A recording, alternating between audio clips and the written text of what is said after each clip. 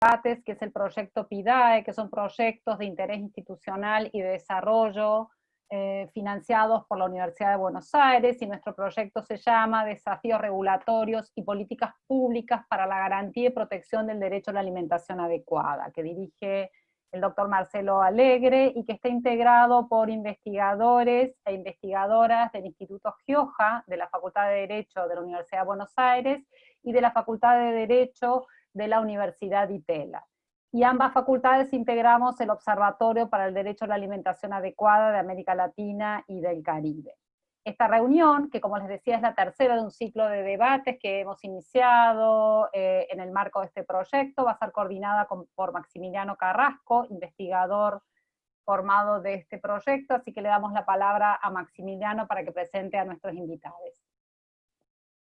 Bueno, muchísimas gracias Laura, y muchísimas gracias a los dos directores, a Laura y a Marcelo, por la importancia del derecho a la alimentación en la investigación en el Instituto Gioja. Y en la idea de presentar este nuevo encuentro de este ciclo de debates en torno al derecho a la alimentación va a contar con dos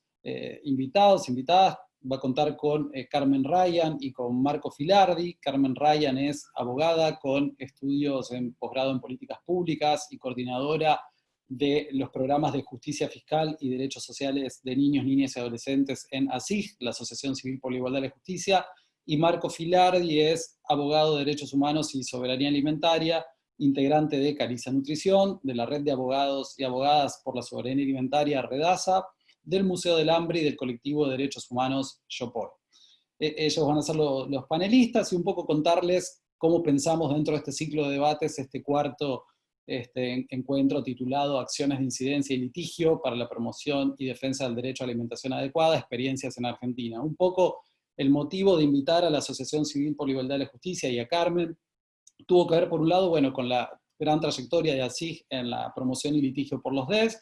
y también por un punto que hasta ahora no había aparecido en los debates y nos parece súper importante, que son los puentes de derechos sociales con presupuestos públicos y con política fiscal. Así que en ese sentido también va a ir un poco la presentación. Y el motivo por la invitación a Marcos es por su amplia trayectoria en el campo de los derechos humanos y de la soberanía alimentaria, y por la importancia también que tiene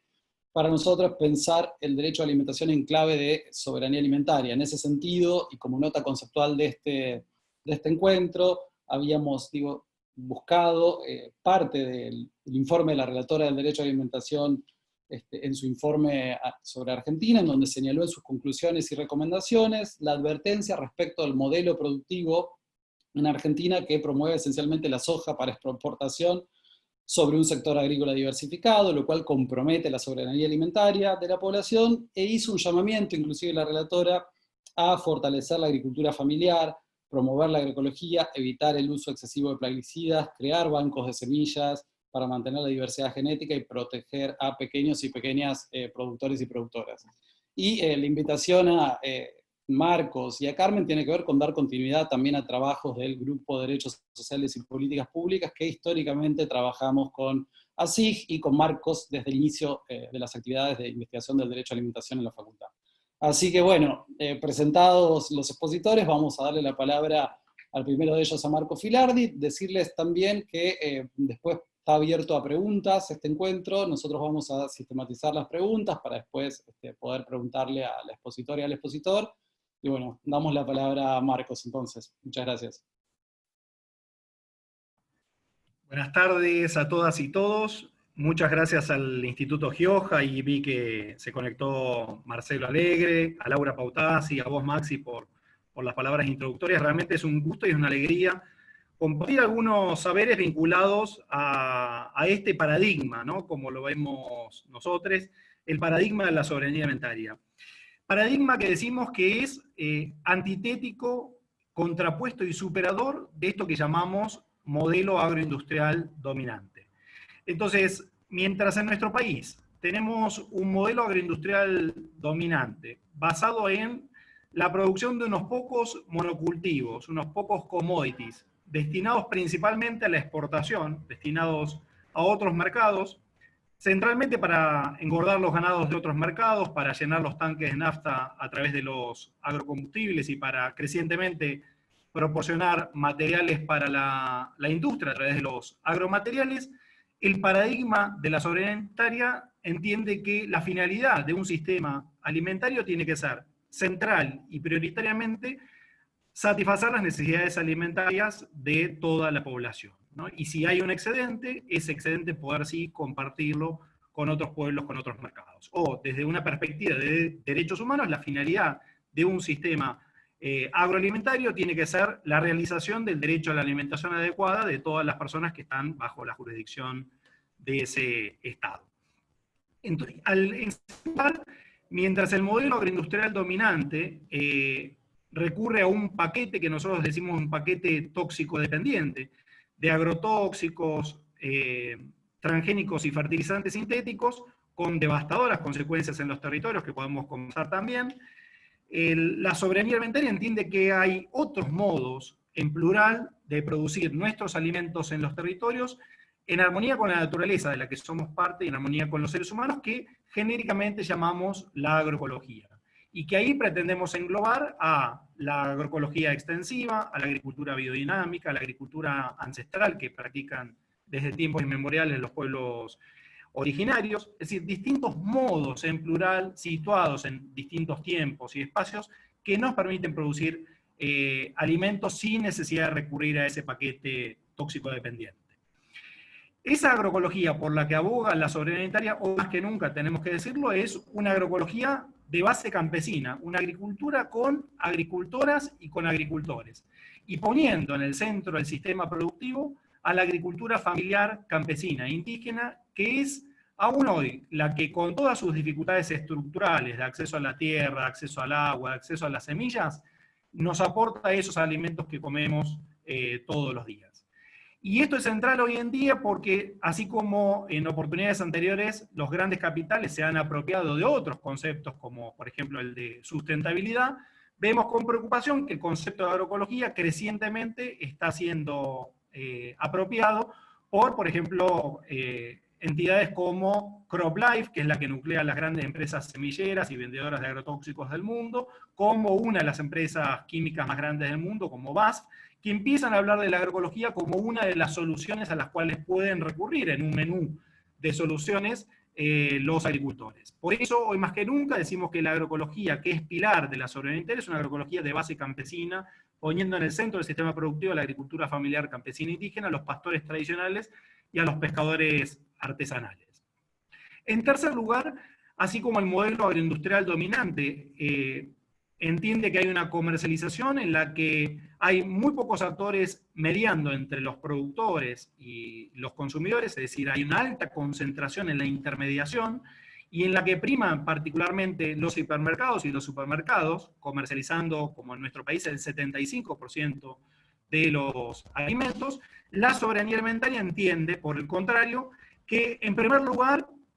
hay que poner en el centro del sistema a la localización de los sistemas alimentarios. Entonces, en vez de tener sistemas como el dominante, que priorizan la producción de unos pocos alimentos a gran escala, y que luego esos alimentos circulan kilométricamente por todo el territorio nacional y luego en más kilómetros hacia otros mercados, en general a través de, en nuestro país, de camiones, un modelo camión dependiente, que genera mayores costos asociados a la logística, pero también gases de efecto invernadero responsables de la crisis climática que estamos viviendo. Frente a ese modelo, la soberanía alimentaria dice que hay que localizar los sistemas alimentarios. Entonces,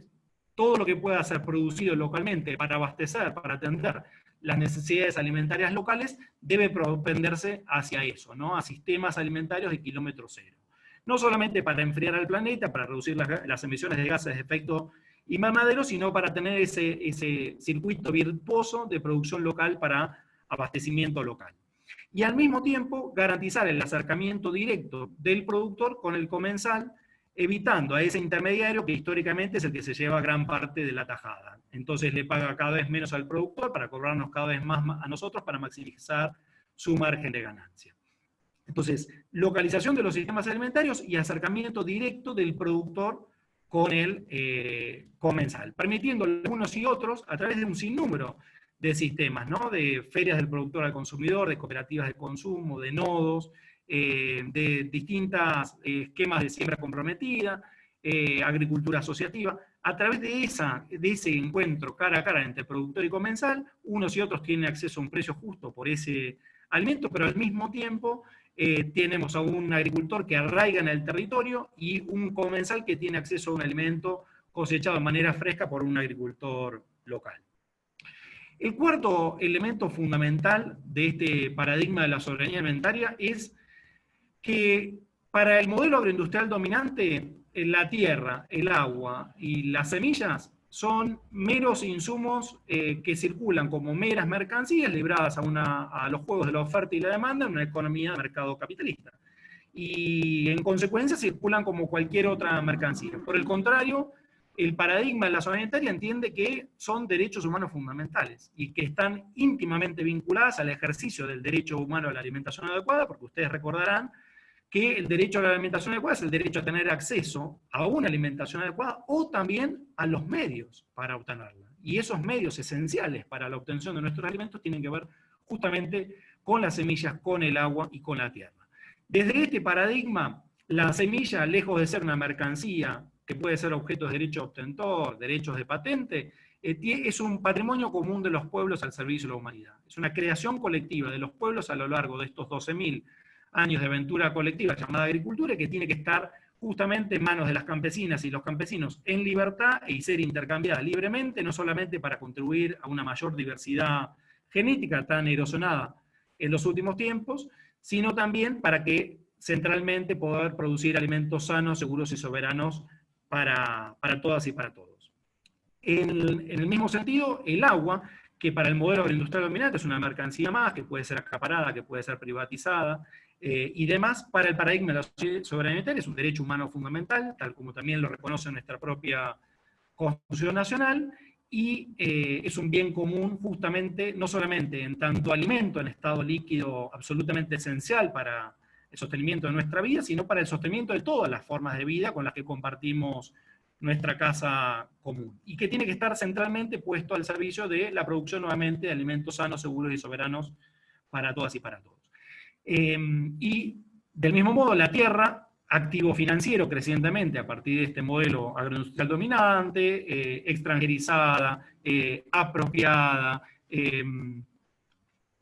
controlada por cada vez menos manos, para el paradigma de la soberanía alimentaria, en tanto derecho humano fundamental, tiene que estar en manos de quien la trabaja, en manos de quien la cuida, decimos hoy, de quien trabaja la tierra en armonía con la naturaleza, y por eso la soberanía alimentaria vuelve a enarbolar y a defender una bandera histórica de los movimientos sociales y de los movimientos campesinos, como es la necesidad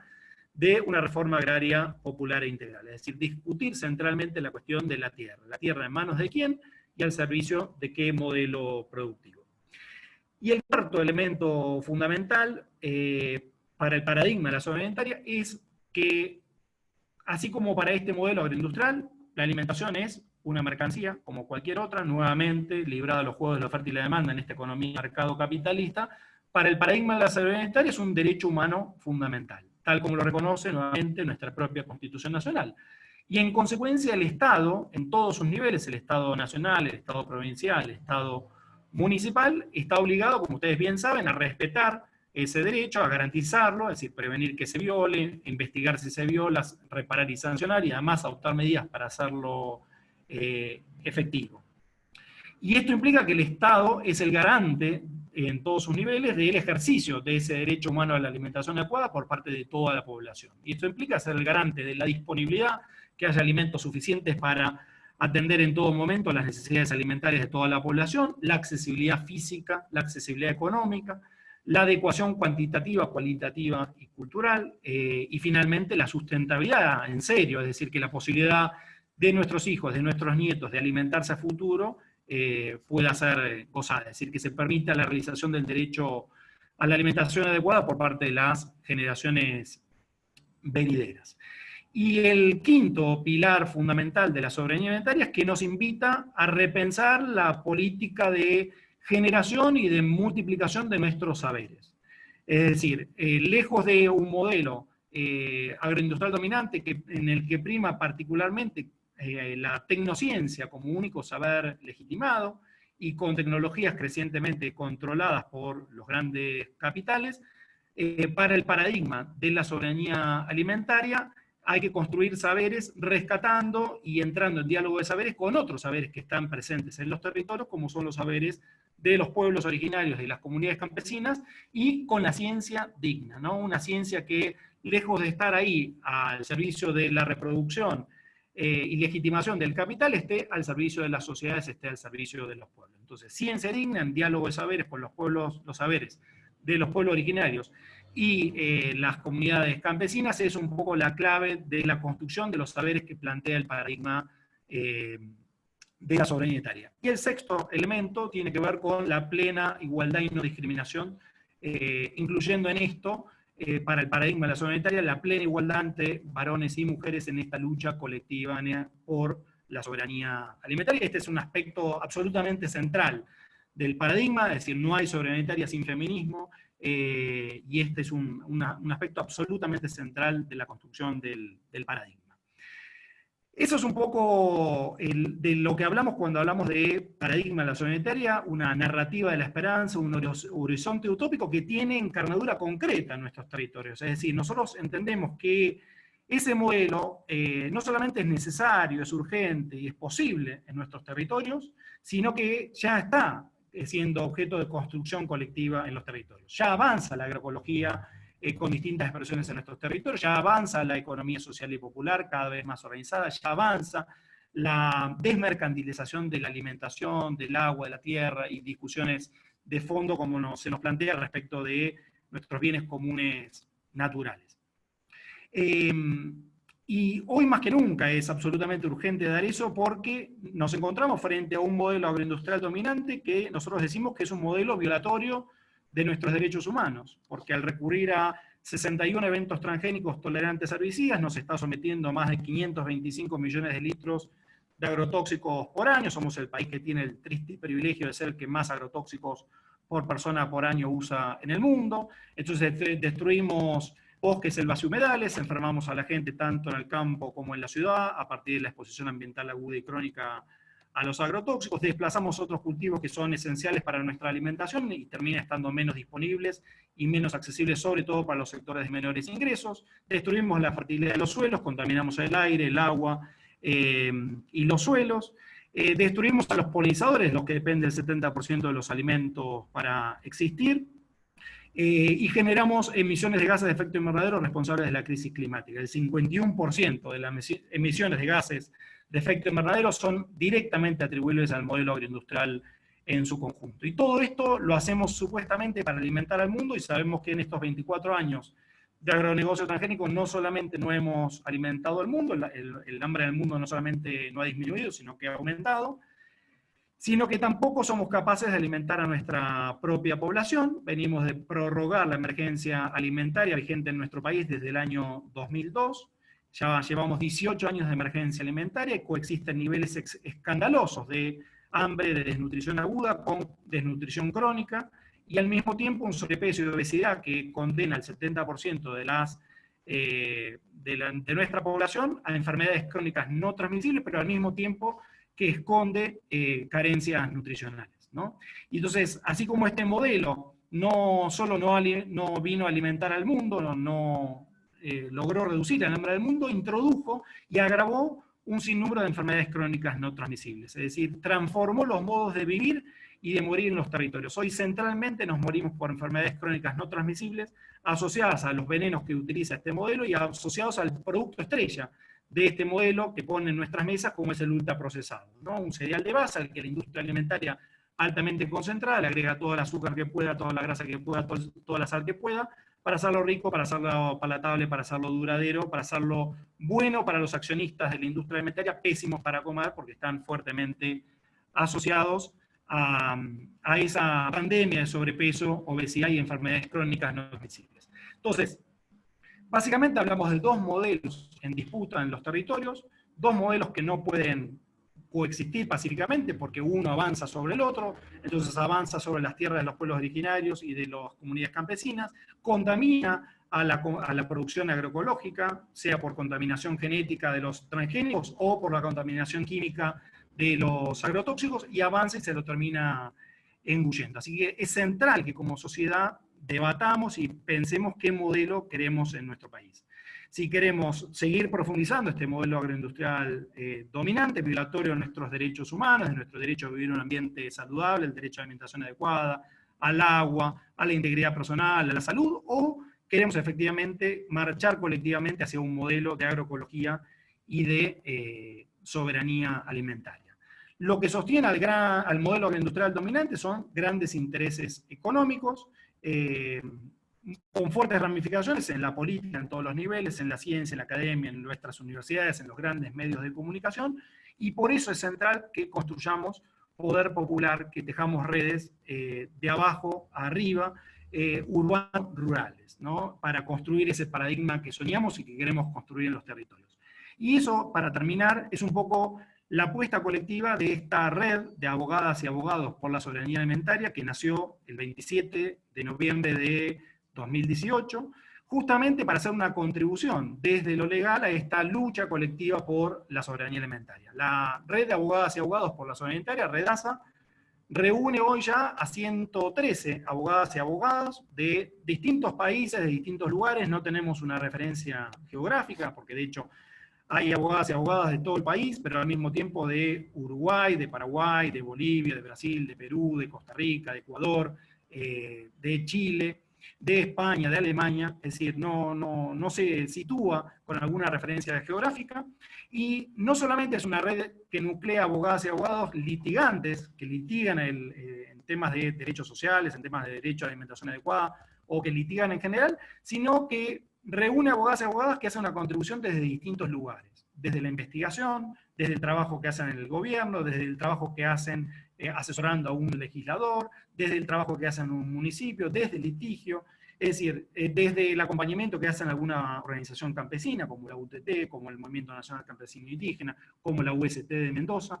pero desde sus distintas intervenciones brindan sus saberes legales y los ponen a disposición de una lucha más amplia, colectiva, ponen esas herramientas a disposición de esa lucha más amplia por la soberanía alimentaria. Red horizontal, que no tiene personería jurídica, que no tiene coordinadores, no hay cargos, no hay financiamiento, plural, donde, digamos, todos y todas somos absolutamente importantes y nadie es imprescindible. En ese sentido, una apuesta colectiva a la construcción de red, ¿no? De la construcción de comunidad. Salir del gurú para construir comunidad y construir tejido comunitario que nos permita justamente multiplicar esos saberes. Así que bueno, eso es un poquito lo que quería compartir y quedo a disposición para responder preguntas e interrogantes que surjan en el conversatorio. Muchas gracias. Bueno, muchísimas gracias, Marcos, por esta primera, por la presentación, que después ya hay preguntas que fueron apareciendo, así que después te las transmitiremos. Y ahora lo que vamos a hacer es escuchar a Carmen y seguimos recopilando preguntas que las vamos a, las vamos a ir preguntando después de la exposición de Carmen. Muchas gracias. Muchas gracias, Maxi, muchas gracias al Instituto y al grupo por la invitación. Para SIG y para mí es un gusto estar en este encuentro y formar parte de este ciclo que venimos siguiendo muy de cerca. Voy a compartir pantalla y compartirles una mini presentación para guiar un poquito las reflexiones, un poquito de lo que nos invitaste a charlar. Desde así tenemos una agenda que se toca en varios puntos con la agenda del derecho a la alimentación, pero bueno, pensando con Maxi sobre todo, cuál era nuestro mejor aporte para este debate, para enriquecer las conversaciones que venían teniendo, nos pareció que la agenda sobre política fiscal y derechos humanos tenía que estar presente en estas conversaciones que vienen llevando adelante y que era una agenda que es importante tener en cuenta para fortalecer las estrategias de litigio y las estrategias de incidencia también que se puedan pensar para asegurar el derecho a la alimentación adecuada. Cuando hablamos de política fiscal y planteamos que es necesario pensarla en relación a los derechos, es porque nos parece que la política fiscal incide de forma determinante en la garantía o el incumplimiento de los derechos económicos, sociales, culturales y ambientales. Esto tiene que ver en parte porque una parte de la política fiscal, la parte recaudatoria, determina las posibilidades que tiene o no el Estado de hacerse de recursos suficientes para financiar las políticas públicas. Porque tiene gran potencialidad en implementar acciones que redistribuyan el ingreso y la riqueza, porque puede fortalecer la representatividad de un gobierno y sus instancias de rendición de cuentas, y porque puede promover conductas o desincentivar otras. Cuando hablamos de la política fiscal, estamos hablando de un concepto que comprende todas las técnicas e instituciones financieras a través de las que el Estado obtiene y asigna los recursos públicos. Y bueno, ahora parece que estamos hablando de algo que no tiene tanto que ver con los derechos, pero realmente es el sustento que hace que los estados cumplan o no sus compromisos internacionales, y nos parece muy importante que esté presente en esta agenda. Me gusta o me resulta muy claro presentar la política fiscal como una ecuación, en donde de un lado de la ecuación vamos a ver el sistema de recaudación, que incluye el régimen tributario, el régimen impositivo y de la seguridad social, los mecanismos a través de los cuales el Estado contrae o no deuda pública, y el uso de los bienes del Estado, la administración de los capitales que el Estado tiene. Y del otro lado vamos a ver los programas o las políticas públicas que se pueden llevar adelante a través de gasto público directo, lo que vamos a llamar por estos 15 minutos programas presupuestarios, luego charlamos un poquito más si quieren, pero los programas presupuestarios, los gastos tributarios o las políticas públicas que se implementan a través de acciones en las que el Estado deja de cobrar impuestos a un sector, a un espacio, que justamente cuando hablamos de alimentación adecuada, y Marco seguramente puede profundizar después, hay muchísimos, y los recursos públicos que son transferidos mediante otros mecanismos a los distintos sectores de la economía o de la sociedad. Entonces, traje algunos gráficos que quieren jugar un poco como una invitación abierta, ¿no? Me preguntaba qué era lo que cuál era el aporte más grande que podía hacer para quienes vienen trabajando muy activamente por el derecho a la alimentación, y me parece que generar interrogantes, generar dudas, generar búsquedas sobre información sobre política fiscal y sobre política presupuestaria era el mejor aporte que podía hacer. Entonces traje estas dos caras de la ecuación en gráficos solo para generar un poquito de curiosidad. Esta es información que está disponible en el sitio Presupuesto Abierto,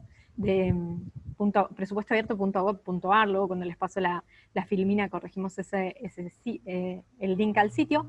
Es información que publica el Estado con un nivel de desagregación bastante detallada, y que, por ejemplo, en este caso muestra las diferentes proporciones entre ingresos tributarios, ingresos no tributarios, rentas a la propiedad que vienen de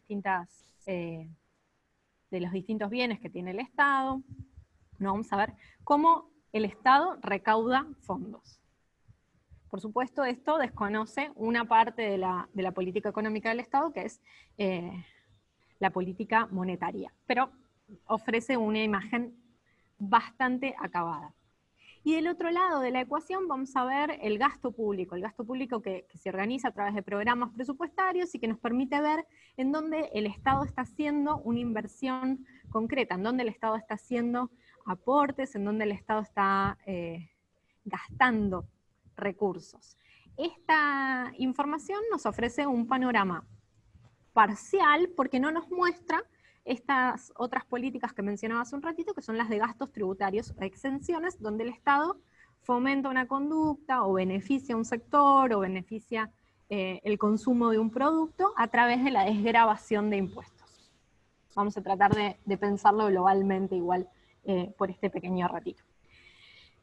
¿Por qué así pensamos en la política fiscal y tenemos este programa en el que tratamos de promover una política fiscal más justa y equitativa? Es que entendemos que las obligaciones de los estados en el marco del derecho internacional de los derechos humanos se aplican a la política fiscal. Hay 3 obligaciones que nos parecen importantes y que constantemente tenemos como norte en nuestras intervenciones, que son la igualdad y la no discriminación, el uso al máximo de los recursos disponibles y el principio de progresividad.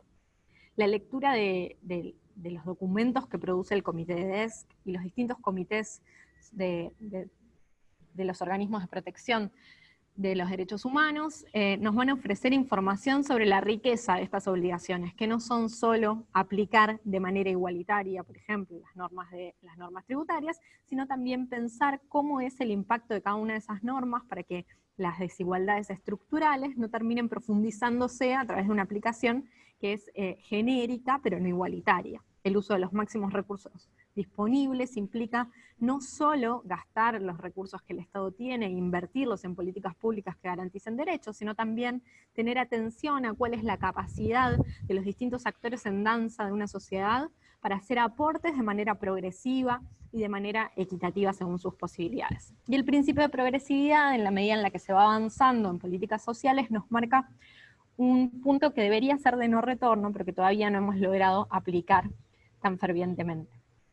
o tan claramente. Hay obligaciones específicas en el marco de la CEDAW y la Convención de los Derechos de Niños, Niñas y Adolescentes, que nos ofrecen también un marco más profundo para pensar la transparencia de la política fiscal y de la política presupuestaria, y cómo debería la información presupuestaria y la información fiscal ofrecer datos sobre sus impactos, sobre sus beneficiarias y beneficiarios.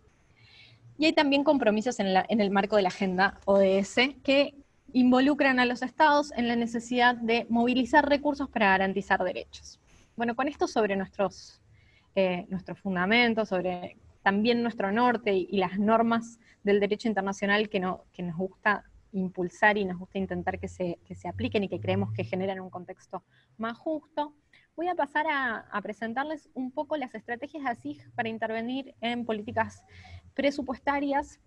que son estrategias que llevan muchísimos años, que me preceden, y muchas veces voy a estar presentando el trabajo de compañeras y compañeros que están en ASIG en los últimos 15 años, y políticas tributarias, que son una trayectoria un poquito más breve, que tiene menos logros y menos desarrollo, pero que nos parece que también puede tener un gran impacto.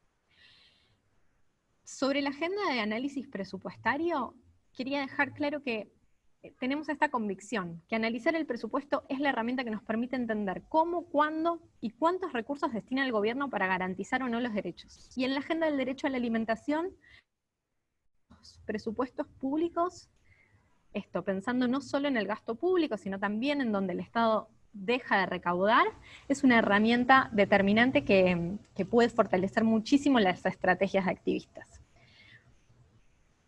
Bueno, desde ASIG consideramos que es muy importante tener los datos, y en parte este es el fundamento de esta agenda que les voy a pasar a presentar.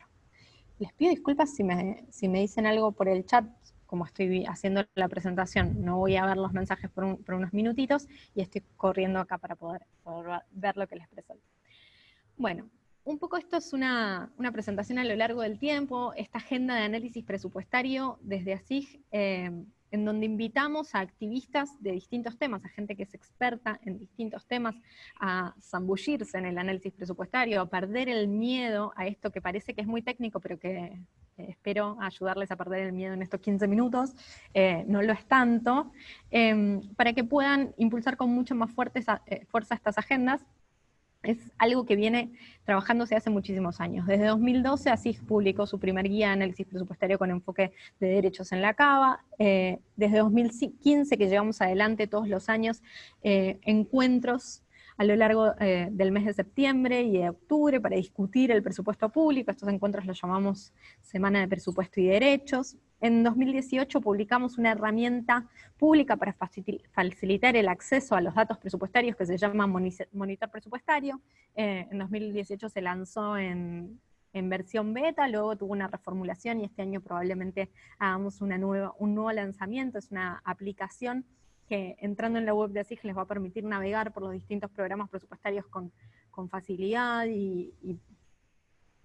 sin demasiados tecnicismos. Y este año publicamos la segunda edición de la guía de análisis presupuestario con perspectiva de género y la guía para analizar los presupuestos contra la violencia de género. Son herramientas que buscan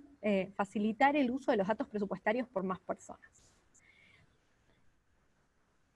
En estos años, ¿qué ¿Qué cambió? Tenemos datos abiertos sobre la ejecución del presupuesto actualizados diariamente. Tenemos datos abiertos de metas físicas. Tenemos más indicadores y más detalles de la ejecución presupuestaria. Cuando esta agenda empezó siendo una agenda de transparencia y hoy es una agenda de facilitar herramientas para activistas por los derechos sociales para que puedan diseminarla y utilizarla y darle más potencia. Tenemos una ley de acceso a la información pública que obliga al Estado a publicar en detalle la información presupuestaria de manera activa. Tenemos documentos de presupuesto ciudadano que facilitan el acceso a la información en un lenguaje llano y claro, o por lo menos así debería ser. Y tenemos una oficina de presupuesto del Congreso que disemina más información a lo largo de los años. ¿Qué falta? ¿Qué es lo que aún necesitamos? Muchísima más participación, más análisis y más gente mirando el presupuesto. Cuando discutimos los distintos temas, las distintas vulneraciones de derechos, la agenda presupuestaria debería estar siempre presente porque nos ofrece evidencia que permite fortalecer muchísimo los argumentos y las luchas por los derechos. Necesitamos también más debate adentro y afuera del Congreso cuando el presupuesto se vota y cuando se disponen las prioridades y los compromisos en materia de políticas públicas a lo largo de los distintos años. Necesitamos una agenda más fuerte de control por parte de la sociedad civil, de la ciudadanía y de la justicia, y ahora entramos un poquito más en detalle en la agenda que nos convoca hoy, sobre la ejecución del presupuesto y sobre su justicia. Y necesitamos exigir a las autoridades políticas que cumplan lo que el Congreso vota. Los desvíos presupuestarios, los cambios en la ejecución del presupuesto, cuando no tienen fundamentos que los justifiquen, son una de las problemáticas que afecta la posibilidad de que el presupuesto funcione como una herramienta para garantizar derechos, como una herramienta que potencie el cumplimiento y el acceso a más personas a más derechos. Bueno, para hacer un repaso de distintas estrategias, me pareció que la manera más fácil de presentarlo era viendo el ciclo presupuestario y sus documentos y quizás hacer un rápido recorrido sobre algunas de las estrategias que desde ASIG se han implementado a lo largo de los años. El ciclo presupuestario tiene 4 etapas básicas: la formulación del presupuesto, su discusión y su aprobación, su ejecución, que sucede a lo largo del año en el que ese presupuesto se implementa, y las instancias de control y rendición de cuentas. Para facilitar el pensar en esas etapas, les traje este gráfico que está disponible en la última guía de análisis presupuestario para la inversión en violencia de género, pero que nos permite pensar los presupuestos en términos generales, que nos muestra cómo el presupuesto es un ciclo que siempre se continúa. La primera etapa de formulación del presupuesto sucede adentro del Poder Ejecutivo y es una etapa que tiene pocas instancias aún de participación, pero no ninguna. Pensar el derecho a la alimentación en clave de la etapa de producción de políticas públicas nos permite pensar y reflexionar cuáles son las instancias y cuáles son los actores que definen cuáles van a ser las políticas públicas para el año siguiente. Hoy los ministerios de desarrollo social, las áreas de análisis y producción de información, están pensando cuáles van a ser las políticas públicas para el 2021 y están definiendo cuáles van a ser las agendas de trabajo. Hay una ventana de oportunidad muy grande en intentar conocer esos programas e intentar señalar los problemas estructurales que necesitan una solución diferente, necesitan un programa presupuestario que cambie, un programa presupuestario con una inversión adecuada. Así, por ejemplo, pensando en esa etapa de producción, pienso en la estrategia de ASIG litigando por la implementación de la Ley 105 en Ciudad de Buenos Aires, una ley que establecía la necesidad de elaboración de un mapa nutricional para la Ciudad de Buenos Aires. Esa ley se había sancionado, pero no se implementaba. Entonces el litigio estratégico para lograr su implementación y su incorporación en los programas presupuestarios, para que un equipo efectivamente lleve adelante esos trabajos de diagnóstico, se encuentran en esta etapa de formulación. Luego está la etapa de debate en el Congreso a nivel federal, en las distintas legislaturas, que son una oportunidad muy grande para el activismo y las estrategias de incidencia. La presentación del proyecto de presupuesto muestra las convicciones y los compromisos y prioridades de la gestión actual, que hace una propuesta y un proyecto de presupuesto, pero su debate y su votación se dan en las legislaturas, y en los últimos años vemos con con algo de optimismo, que por lo menos a nivel federal el Congreso ha incorporado cambios en las políticas públicas, sobre todo en algunas de ellas relacionadas a la agenda de derechos. Especialmente en las políticas públicas de lucha contra la violencia de género, hay un impacto grande de aumentos de las partidas presupuestarias en el Congreso, pero también en algunas otras políticas públicas como la lucha contra la tortura o como la defensa de los derechos de la infancia, vemos que el activismo y las instancias de incidencia en el Congreso han logrado la incorporación de artículos específicos que incrementaban las partidas para estrategias de monitoreo de derechos o para políticas públicas que debían garantizar derechos. La siguiente etapa es la etapa de implementación de la política pública. Bueno, acá nos encontramos con un nuevo desafío. Muchos de esos logros que se plasmaban en la ley y en el Congreso, hubo que volver a batallarlos. En la ejecución del presupuesto, Argentina tiene algunas normas que permiten hacer cambios al Poder Ejecutivo sobre las pautas de la ley de presupuesto. Esos cambios tienen un nivel de discrecionalidad bastante alto y se plasman en los decretos y en las decisiones administrativas que se publican en el boletín oficial, que muestran cómo se va a gastar efectivamente el dinero que el Estado recaude, el dinero con el que el Estado cuenta. Allí hay necesidad de desarrollar distintas estrategias de incidencia, pero también el litigio estratégico se vuelve una herramienta importante. Contar con herramientas de análisis presupuestario, y acá una pequeña aclaración. Cuando pensamos en el análisis presupuestario, el imaginario suele dirigirnos a imaginarnos un montón de números, y si bien hay algunos números, analizar el presupuesto no es solo mirar cuántos recursos hay disponibles para un programa específico, sino mirar con una mirada crítica, con una mirada rigurosa y exhaustiva, los distintos documentos y la distinta información que tiene el presupuesto, que no es solo recursos, sino también metas y objetivos, una planificación de política pública, y también medidas o mecanismos de medición y de evaluación del avance de esa política pública, que las vamos a llamar metafísicas por un ratito, son las herramientas con las que el Estado controla cómo se vienen gastando esos recursos, cómo se vienen ejecutando esas políticas públicas, que a veces permiten controlar la política pública y a veces no muestran con la claridad que necesitaríamos la información que queremos ver allí, y indicadores de resultado que hasta ahora todavía tienen algunas debilidades, no son lo suficientemente claros o no se implementan con toda la claridad que necesitaríamos y donde tenemos todavía una agenda de transparencia a desarrollar. En la etapa de ejecución presupuestaria hay muchos documentos para mirar, en parte porque tenemos datos abiertos y tenemos mucha información que se produce a diario, y en parte porque trimestralmente el Estado produce informes de avance sobre la ejecución de las políticas públicas. Es además la etapa en donde más trabajamos cuando tenemos casos en donde la prestación de un derecho, la garantía de un derecho se ve vulnerada y vamos a ir a la justicia. Bueno, luego si quieren en las preguntas profundizamos un poquito más, pero es en general la etapa en donde se llevan adelante las estrategias de litigio. Y luego está la etapa de evaluación del presupuesto, la elaboración de la cuenta de inversión, la presentación de esa cuenta al Congreso y su aprobación en la auditoría. Es una de las etapas donde más nos cuesta incidir en la agenda presupuestaria. En parte porque llega muy tarde respecto de las políticas públicas que se están implementando, y porque la sociedad civil tiene recursos limitados, y en parte porque los niveles de transparencia y de agregación de los datos en esa etapa son un poquito mayores. Bueno, acá les traje solo esto a modo de generar curiosidad, con la intención de invitarles a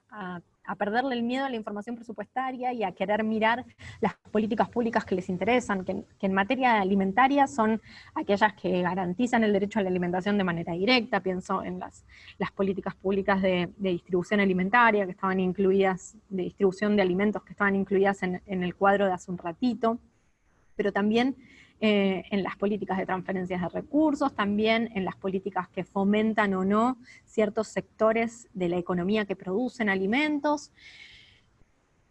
y también en parte de las políticas educativas que determinan en algunos sectores de nuestro país la alimentación de niños, niñas y adolescentes. Esta selección de documentos claves y algunos datos específicos sobre qué información encontramos y qué oportunidad nos da para el debate o qué oportunidad nos da para la incidencia, es intentando generar esta curiosidad y esta búsqueda. Desde la agenda de justicia fiscal venimos intentando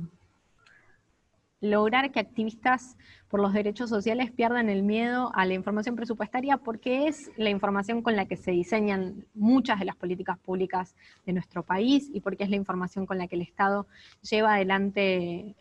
básicamente las medidas de distribución de recursos. Entonces nos parece que empezar a incorporar el análisis presupuestario en las distintas estrategias de investigación, de incidencia, de litigio estratégico, puede fortalecer muchísimo las capacidades de sociedad civil y del activismo, y también permite generar de vuelta más transparencia para que el Estado tome decisiones con mejor información. Es un camino que se retroalimenta a sí mismo. Hoy contamos con información que todavía no se aprovecha al máximo, pero además de contar información que todavía no se aprovecha al máximo, hay algunos campos en donde todavía hay espacios de opacidad, espacios en donde no podemos entender cómo el Estado define sus acciones, cómo tomó decisiones, y ahí hay un campo muy especialmente interesante para la agenda del derecho a la alimentación, en lo que son los gastos tributarios. Las políticas de fomento, los regímenes de promoción de ciertos sectores de la economía, como la agricultura, por ejemplo, como las energías que cuentan con recursos de la agricultura para fortalecerse, cuentan con sistemas de promoción tributaria en donde, al no tener un gasto público asociado, al tener el fomento a través de la no percepción de tributos, la exención, la limitación de una tasa, la limitación de los posibles aumentos del régimen impositivo a lo largo del tiempo, no están sometidos al nivel de control o de supervisión que el resto de las políticas públicas tienen. Y implican un déficit, una disminución, un déficit en la recaudación pública muy grande. Es una inversión que el Estado hace que es muy grande. El año pasado llegaba a casi 4 puntos del PBI, no solo en lo que es regímenes de promoción de la agricultura, sino regímenes de promoción en general y exenciones impositivas en general. Pero estas políticas públicas son muy opacas, muy faltas de transparencia y necesitan de muchísima de nuestra atención para que podamos asegurar que sean efectivas, que estén pensadas con una perspectiva de derechos, que hasta ahora nuestro diagnóstico es que no lo están, y que tengan un impacto positivo en el cumplimiento de los compromisos internacionales. Bueno, esto como un primer recorrido, pero Maxi, vos dirás si querés que sigamos, por dónde querés que sigamos profundizando, si es que querés seguir profundizando alguno de estos temas. Bueno, muchísimas gracias, Carmen, muchísimas gracias, Marcos, por las 2 exposiciones. Ya tenemos varias preguntas. Igual, bueno, volver a agradecer desde el proyecto que necesitábamos tener también estos debates, obviamente, sobre soberanía alimentaria y sobre política fiscal y derechos sociales en general y vinculados con derecho a alimentación. Así que ahora voy a traer algunas de las preguntas que me fueron pasando, que estuvieron en Facebook, y también está abierta luego la posibilidad para que quienes están en el Zoom puedan participar levantando la mano o hablar directamente, luego de esta primera tanda de preguntas. Tenemos una pregunta de Irene Tomé para Marcos, respecto de la producción de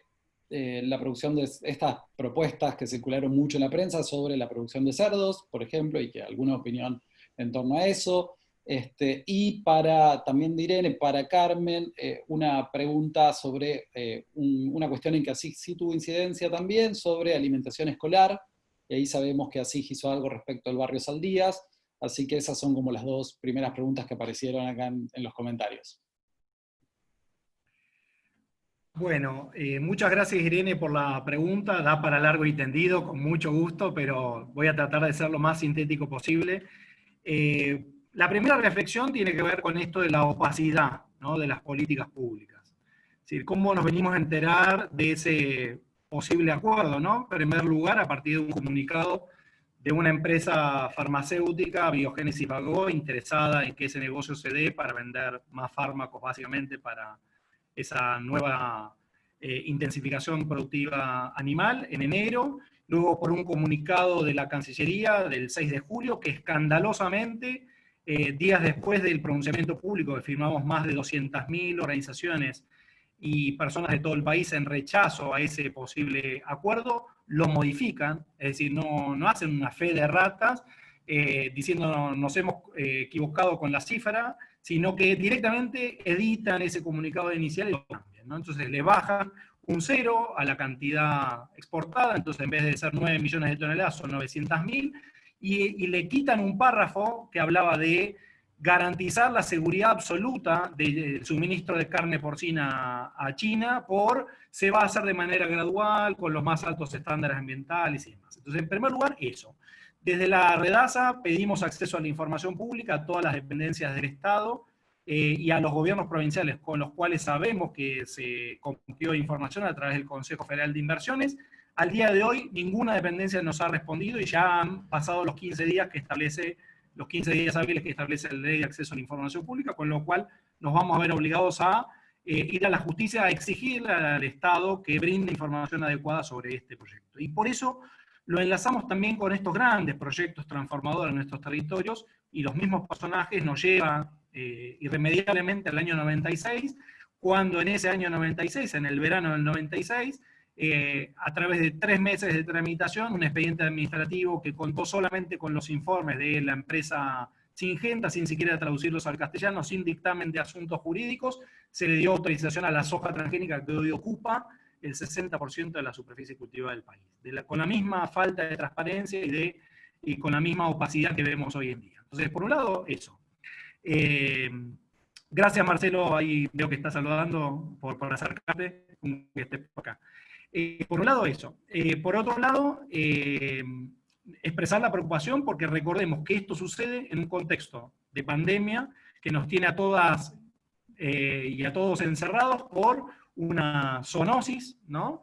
Y que todas las epidemias que hemos enfrentado en el siglo XXI han sido enfermedades zoonóticas, transmitidas de animales a seres humanos. Y sucede esto después de que China, hace 2 años, tuvo que sacrificar el 40% de toda su producción porcina por un brote de peste porcina africana. Entonces, sabiendo que no van a poder garantizar la producción porcina en condiciones salubres por los próximos 10 años, externaliza la producción en otros países. En definitiva, externaliza, decimos, los riesgos asociados a esa producción en otros países. Y llegan a recalar a un país tan hambriento de divisas como Argentina en este contexto que le ofrece los territorios para establecer, según dijo Cancillería, 25 megafactorías de 12.500 madres cada una. Ahora, a las 18 horas hay una conferencia de prensa justamente del Foro Agrario para un programa agrario soberano y popular, que sacaron un comunicado, sacamos porque integro, un comunicado de rechazo a este posible acuerdo porcino por 10 razones que están ahí enumeradas,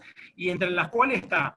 el riesgo no solamente, como decíamos, de zoonosis, el riesgo de aumentar la resistencia bacteriana, que se cobra ya hoy 800.000 vidas al año, por el uso desquiciado de antibióticos en esta producción intensiva animal, el riesgo de contaminación del aire, del agua, del suelo, propio de estas mega explotaciones, de estas megafactorías de producción porcina, el sistema institucionalizar a esa escala, en una escala nunca vista en nuestro país. Las granjas más grandes de nuestro país tienen 5.000 madres, esto es duplicar esa cantidad, con el riesgo de los efluentes, la contaminación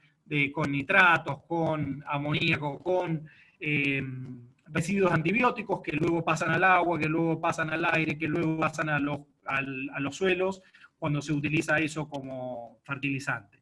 y que generan conflictividad social. Donde quiera que se han establecido estas mega explotaciones han generado conflictividad social, por los olores, por las moscas, por los mosquitos, por los roedores, y sin ir más lejos, recordar la experiencia de Freirina, un pueblito en Chile de 6.000 habitantes, que al principio compró el anzuelo de las falsas promesas de trabajo, de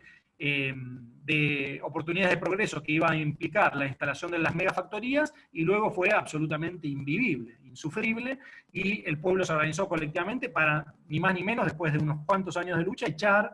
a la que por entonces era la megafactoría de cerdos más grande de Sudamérica, AgroSuper, de sus territorios. Por todas esas razones, digo, más de 200.000 organizaciones y personas de todo el país hemos puesto el grito en el cielo y decimos, así como está planteado este proyecto de inversión, no lo queremos en nuestros territorios, es una falsa solución que va a generar pesares para las grandes mayorías y va a generar ganancias para muy pocos. Es decir, no se está pensando un esquema de 10.000 granjas para la agricultura familiar de 200 madres cada uno, como dice el Foro Agrario que se podría hacer, sino 25 megafactorías de 12.500 madres cada una. Un esquema de integración vertical altamente concentrado, con lo cual los ganadores van a ser un puñado de corporaciones que ya concentran el negocio de un mercado de producción porcina en nuestro país altamente concentrado. No está dicha la última palabra. A diferencia del 96, de estos 24 años después, nos encuentran muchos más organizados, mucho más movilizados, florecen por todos lados distintas expresiones de creatividad para hacer reír, movilizaciones desde el arte, pronunciamientos públicos, pedidos de reuniones, acciones judiciales. Es decir, hay un sinnúmero de cosas que se están haciendo para intentar que esa falsa solución no tenga lugar en nuestro territorio y que, perdón, que sea muy largo con esto, pero que revela una vez más estas políticas de saqueo y de injusticia ambiental. Porque no es que estas megafactorías se van a establecer en Puerto Madero, ¿no? Si tienen los más altos estándares ambientales y la calidad del aire y del agua es la mejor del mundo, como prometen, que la establezcan en Puerto Madero. Y sin embargo, justamente con un discurso de que hay que resolver la cuestión de la pobreza, se instalan las provincias más desfavorecidas del norte, donde al final de cuentas a los únicos que va a beneficiar son los productores de maíz transgénico y de soja transgénica,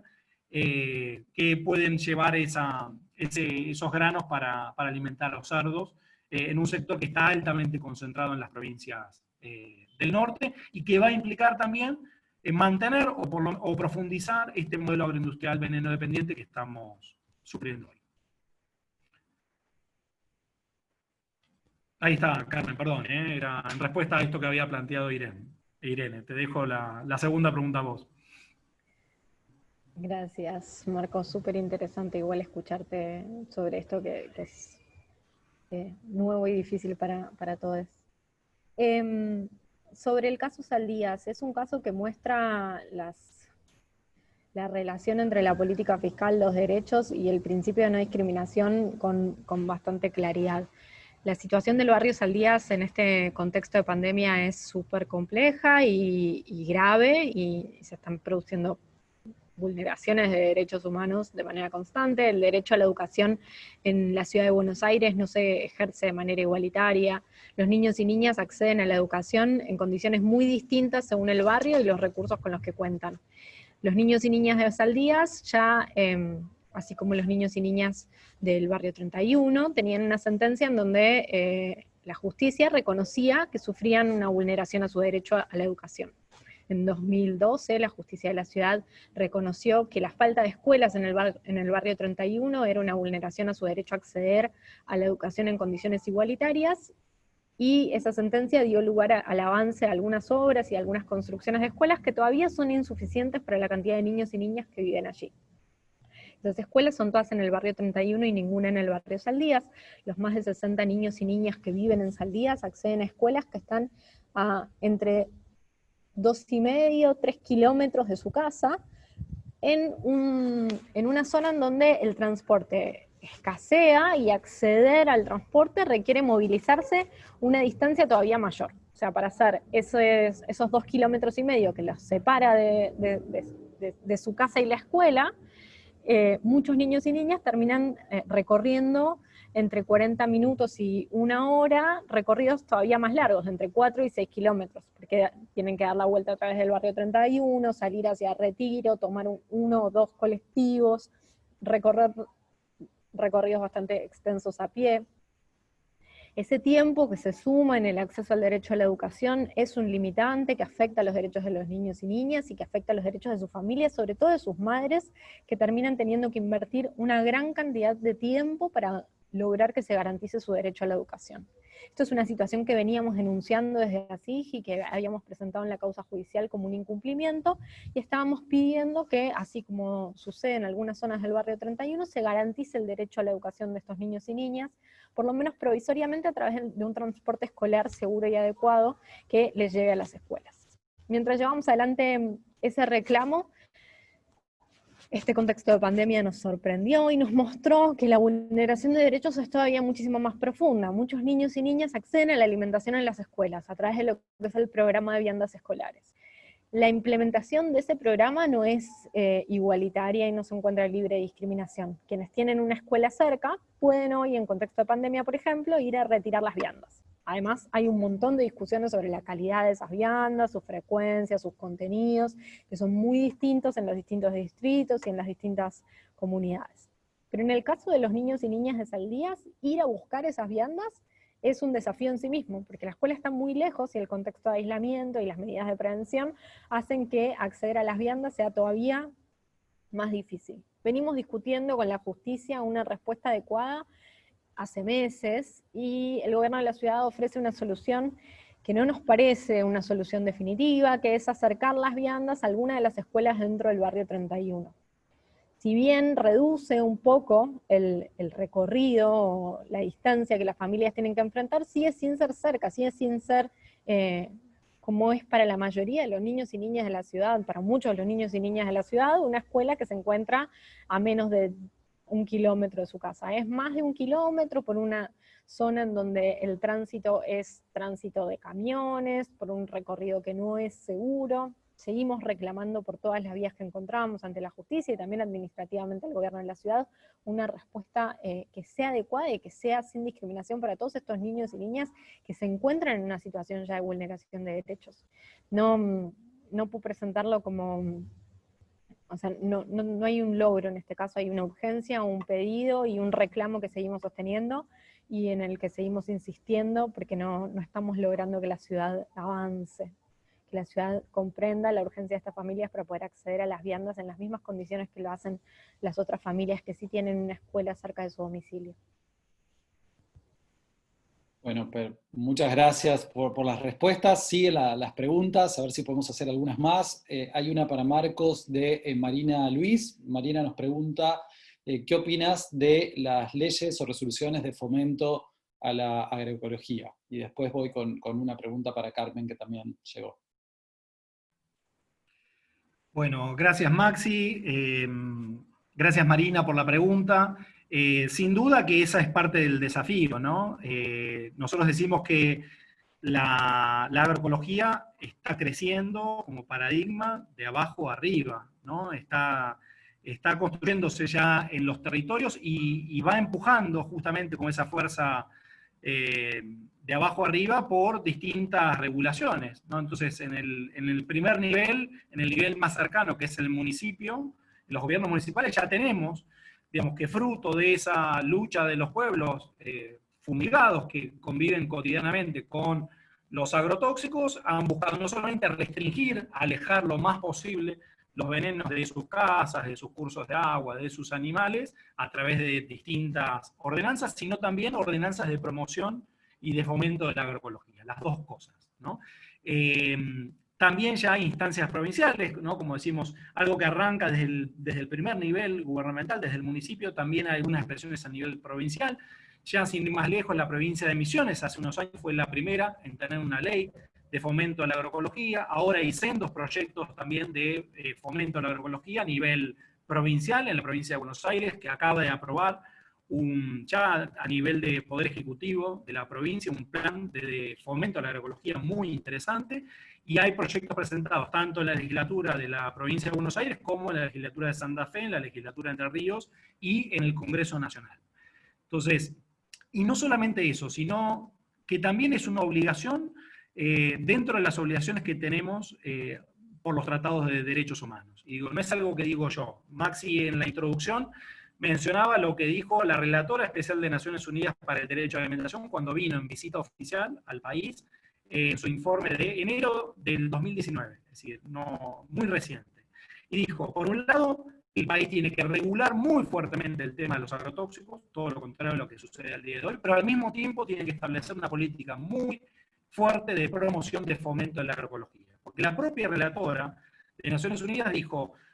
las prohibiciones y las restricciones de los agrotóxicos pueden ser una medida en la dirección correcta. Ahora, la única manera de evitar las violaciones a los derechos humanos derivadas del uso de los agrotóxicos en los territorios es abandonar el modelo de agricultura industrial y abrazar la agroecología. En el mismo sentido, el Comité de los Derechos Económicos, Sociales y Culturales, como ustedes bien saben, órgano de aplicación del Pacto Internacional de Derechos Económicos, Sociales y Culturales, al revisar el informe presentado por Argentina en sus observaciones finales en 2018, del mismo modo, le dijo, tiene que tomar cartas urgentes respecto del tema de los agrotóxicos, en particular de los formulados a base de glifosato, que nosotros seguimos usando 350 millones de litros por año, y lo seguimos clasificando como banda verde, a pesar de que la OMS en el 2015 lo determinó como un probable cancerígeno. Y al mismo tiempo fomentar y avanzar en la agroecología. Como si eso no nos alcanzara, es decir, tenemos un sinnúmero de informes de los relatores de Naciones Unidas desde Olivier de Schutter en el 2010 en adelante. Y la LELBER, cada vez que hace un informe anual, habla de la necesidad de fomentar la agroecología. El relator especial para la gestión y eliminación ecológicamente racionales de las sustancias y desechos peligrosos, del mismo modo, la necesidad de regular muy fuertemente y de avanzar en la agroecología. El panel intergubernamental de cambio climático viene diciendo que la agroecología es la agricultura del futuro, porque en este contexto de crisis climática es la única que nos va a ofrecer la resiliencia necesaria para poder seguir produciendo alimentos en estas condiciones. Es decir, la FAO ya claramente va muy fuerte en el sentido de la promoción de la agroecología, el panel intergubernamental de expertos en sistemas alimentarios, el IPES, también van en el mismo sentido, es decir, hay un clamor muy fuerte por parte de los organismos de Naciones Unidas, la propia FAO y los órganos de protección internacional de los derechos humanos hacia la agroecología. Con lo cual, desde esa mirada, para nosotros el Estado está obligado en todos los niveles a restringir muy fuertemente, cada vez más, de manera creciente, el uso de los agrotóxicos y fomentar, dinamizar, promover la agroecología en los territorios como una obligación de derechos humanos a la luz de los tratados internacionales de los que es parte y que integran la Constitución Nacional. Bueno, muchísimas gracias, Marcos, y bueno, cada pregunta o cada intervención nos da pie a un montón de pensar un montón de desafíos regulatorios y de políticas públicas, que es ni más ni menos que el título del proyecto, así que mucho agradecimiento por tenerlos acá. La pregunta que llega para Carmen es de Ana Marina García Abad. Ella pregunta, ¿cómo poder hacer el cálculo de lo que deja de percibir el Estado con motivo de la desgravación orientada a fortalecer la realización de un derecho humano, a fin de integrar estos datos a la inversión en política pública que realice el Estado relativa a ese mismo derecho? Bueno, esa sería la pregunta de Ana Marina. Gracias, Ana. Es interesante la pregunta y está buenísimo empezar a hacer esas búsquedas. Cuando hablamos de gastos tributarios, tenemos dos tipos de gastos tributarios, una clasificación que me gustaría separar. Hay exenciones, o cuando un trato diferencial en el cobro de un impuesto en general, y regímenes de promoción, que son toda una política pública diseñada para beneficiar a un sector o un espacio dentro de la economía que tiene algunas exenciones o algunos topes de tarifas o regímenes específicos, como por ejemplo, no sé, pienso en la Ley de Economía del Conocimiento, que establece un régimen tributario que se sostiene a lo largo del tiempo, aun cuando para el resto de los sectores pueda cambiar. Si queremos tener una estimación del impacto, hay distintas maneras de poder tratar de abordarlo, pero la más sencilla es tratar de acceder a los datos que produce el propio Estado. Todos los años, junto con el proyecto de ley de presupuesto, hay un capítulo que se llama los gastos tributarios, en donde, si bien el Congreso no lo discute mucho, el Poder Ejecutivo entrega algunas estimaciones de gastos tributarios. Está separado en dos, vamos a tener primero la información sobre las desgravaciones y después sobre los distintos regímenes de promoción. Hay algunos regímenes que están estimados y otros que no están estimados por cuestiones metodológicas que el Ministerio de Economía nos dice que es que tienen un bajo impacto presupuestario. Como para que se den una idea, el total de los gastos tributarios ha llegado a ser más de 4 puntos del PBI, a veces está cerca de 3, y nosotros desde ASIG nos hicimos la misma pregunta: ¿cómo llegaban esas estimaciones? ¿Cómo definían esos gastos? Porque un gasto tributario, para saber cuánto cuesta, hay que pensar cómo funcionaría ese mercado, cómo funcionaría ese segmento de la economía si no existiera. Estuvimos haciendo pedidos de acceso a la información a los distintos ministerios que implementan estas políticas y no pudimos encontrar una sola explicación sobre los mecanismos de estimación de gastos tributarios. Hay una estimación, hay un número, hay un cálculo que parece actualizarse por inflación año a año, pero la metodología por la cual se generan esos números no logramos que sea transparente.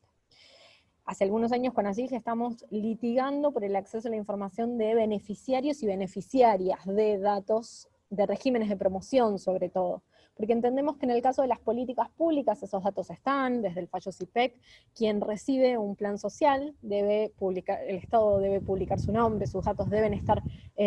accesibles para la ciudadanía, para que se puedan controlar las políticas públicas, pero en estos casos en los que las personas se enriquecen por no pagar un impuesto en condiciones de igualdad con el resto de las personas, esos datos se mantienen en la opacidad. Tenemos unas muy buenas resoluciones de la Agencia de Acceso a la Información Pública que dice que no solo tenemos derecho a acceder a esos datos, sino que el Estado debería publicarlas activamente en un buen entendimiento de la Ley de Acceso a la Información Pública, que habla de transparencia activa en todo lo que sea gasto,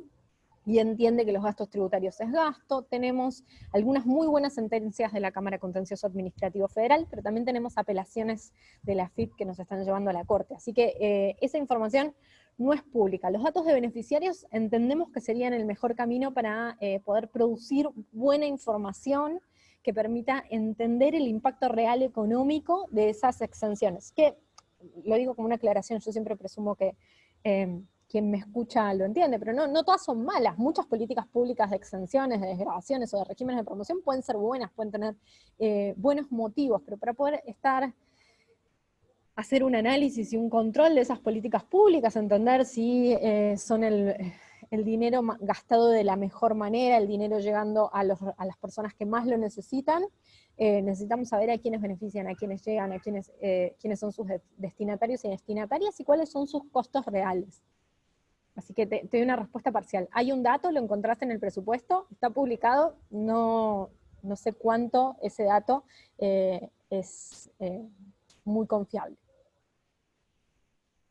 Perfecto, bueno, tenemos algunas preguntas más, pero estamos ya cerrando casi. No sé si alguien de quienes están en la sala de Zoom tienen alguna pregunta y quieren intervenir. Si no, pueden hacerlo. Si no, tenemos algunas más que han llegado por Facebook. Maxi, yo me muero por intervenir, pero por ahí sería bueno, quizás nosotros tenemos vía directa con estas extraordinarias exposiciones, quizás sumemos si hay alguna de Facebook para que es muy lindo que nos puedan haber seguido en este debate, ¿te parece? Perfecto, Laura. Tenemos acá una pregunta de Jimena, que nos pregunta si podría explicar, Marcos, un poco más qué significa la emergencia alimentaria en Argentina y qué acciones estatales implica esa declaración. Bueno, la emergencia, recordemos, prorrogada, ¿no?, en diciembre del año pasado, la emergencia alimentaria, está vigente en nuestro país desde el año 2002. ¿no? La emergencia alimentaria básicamente es una medida a través de la cual el Estado, a través de la cual se faculta por ley al Poder Ejecutivo a disponer partidas para responder a las necesidades alimentarias e incrementar las partidas presupuestarias. Básicamente es eso, es una medida que le da cierta flexibilidad al Estado para avanzar en ese sentido. Cuando hablamos de las políticas que necesitamos para construir en los territorios ese paradigma de la solidaridad, no estamos pensando en eso. No estamos pensando en políticas públicas integrales, ¿no? Políticas públicas integrales que propendan a que el Estado garantice, como decía en mi intervención inicial, la disponibilidad de los alimentos, serias tareas por delante por casa, la accesibilidad física, serias tareas por delante por casa, la accesibilidad económica, ¿no? 50% de nuestra población viviendo debajo de la línea de la pobreza, en una economía donde el alimento circula como mera mercancía. Ahí Valentina no me va a dejar mentir, que trabaja en UNICEF, 62.4% de nuestras niñas y niños viviendo debajo de la línea de la pobreza. Con lo cual, digo, eso significa que por razón de sus ingresos y con precios cada vez más altos, son condenados por mecanismos de mercado a llenarse con lo más barato, lo más rendidor que ofrece el mercado, que son lo que este modelo produce en exceso, carbohidratos, grasas, azúcares, ¿no? Los resultados están en los cuerpos, ¿no? De clase que evidencian la desigualdad inherente a nuestra propia sociedad. Entonces, grandes tareas ahí, grandes tareas en la adecuación cuantitativa, cualitativa, cultural, ¿no? Solamente el 6% de la población argentina consume la cantidad de fruta y verdura que debería consumir, y cuando consume viene con una carga de agrotóxicos absolutamente inadmisible, ¿no? Con los daños que eso genera en la salud. Carnes con una cantidad exorbitante de grasa saturada y de residuos antibióticos por la intensificación productiva animal, además de las consecuencias ambientales que genera. Un desplazamiento creciente de alimentos naturales por estos ultraprocesados, no alimentos, objetos comestibles ricos en grasa, azúcar, sal, aditivos, como vimos anteriormente, pésimos para comer y asociados muy fuertemente al sobrepeso y la obesidad y las enfermedades crónicas no transmisibles asociadas. Alimentos irradiados, ¿no? Como si todo esto fuera poco, ¿no? Se autorizó la irradiación de varias clases de alimentos recientemente por una resolución de la ANMAT, bajo nivel de lactancia materna o de lactancia humana, que es el mejor alimento para un recién nacido, para una recién nacida, y tenemos bajísimos niveles de lactancia humana exclusiva y complementaria. Es decir, serios desafíos también en la adecuación y serios desafíos en la sustentabilidad, ¿no? Seriamente, si seguimos por este camino, las posibilidades de nuestros hijos, de nuestros nietos de alimentarse a futuro van a ser sencillamente imposibles, porque estamos yendo hacia un camino prácticamente de suicidio colectivo. Y recordemos, Maxi, con esto termino, en qué contexto estamos teniendo esta discusión, ¿no? Ojalá esta pandemia que nos tiene a todas encerradas y encerrados nos permita realmente ver que estamos en donde estamos fruto de lo que hemos hecho en nuestra relación con la naturaleza. La pandemia está muy fuertemente asociada a la degradación ambiental, por la deforestación que nos pone en contacto con virus y bacterias que en esos ecosistemas están en equilibrio y que entran en contacto con nosotros, por la traslocación de algunas poblaciones vectoras de enfermedades que pierden su hábitat y se desplazan a las ciudades, por el tráfico de la fauna silvestre y por la intensificación productiva animal, que es un caldo de zoonosis de todo tipo. Entonces, este modelo agroindustrial no solamente nos enferma por las enfermedades crónicas no transmisibles, sino también por las transmisibles, ¿no? Porque introduce factores de riesgo como el que estamos viviendo en este momento. Gracias, Maxi. No, muchas gracias a ustedes, en realidad ya estamos, bueno, ya terminamos, así que, bueno, vamos a seguir en realidad con estos debates. Uno de los próximos, no sabemos si el próximo, pero uno de los que está todavía por venir es uno en torno a pueblos indígenas y derecho a la alimentación adecuada, en donde también se va a tocar la cuestión del ambiente. Pero bueno, para nosotros, digo, como proyecto fue súper ilustrativo contar con sus intervenciones de hoy, tanto los puentes entre política fiscal y derechos humanos, y pensar también los mayores estudios que tenemos que hacer para el derecho a alimentación adecuada y este escrutinio de a ver qué hacen los estados con los presupuestos y también qué se privan de tener, ¿no? Por